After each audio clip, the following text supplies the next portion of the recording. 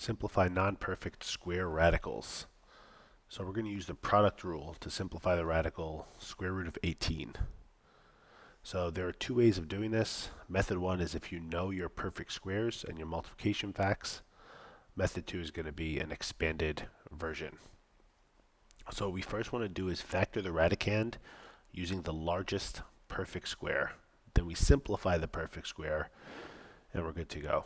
So perfect squares are numbers that have square roots. So 2 squared is 4, 3 squared is 9, 4 squared is 16, 5 squared is 25, and you can continue that process.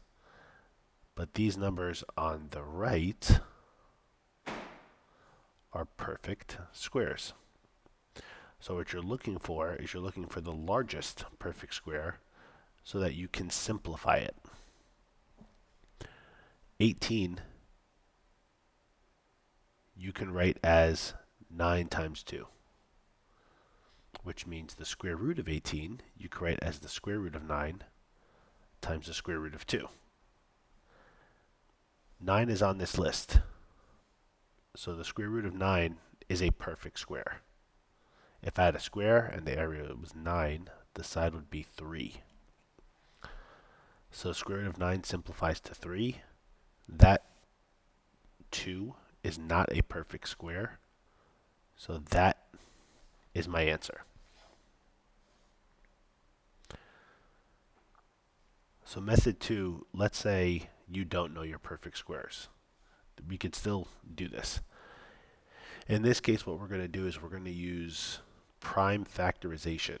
We're going to break this up into different factors and just shrink it.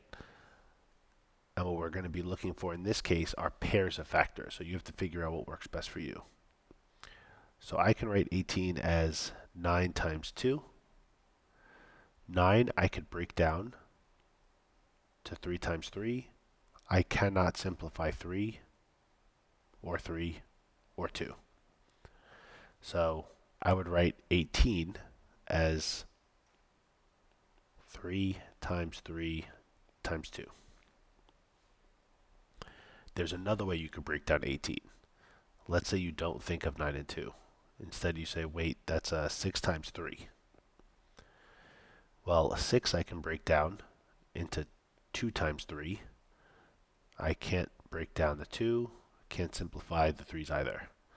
So in that case, 18 I would write as 2 times 3 times 3. So the order I write them in doesn't matter. But in both cases, 18 breaks down into the same parts. 3 times 3 times 2. Which means the square root of 18 breaks down into the square root of 3 times the square root of 3 times the square root of 2. Perfect squares are pairs of factors. 4 times 4, 3 times 3, 2 times 2. So if you're breaking it down this way, what you're looking for are pairs. 2 of the same factor, which we actually find right here. Square root of 3 times the square root of 3. I'll write it up here. Technically, that's the square root of 3 squared because there's 2 of them. This exponent and this radical, because it's a square root, are going to eliminate themselves. So this will simplify into just 3. That 2 is going to stay in the radical. So because we have pair of 3's, the 3 would come out. And that's how you simplify non-perfect square radicals.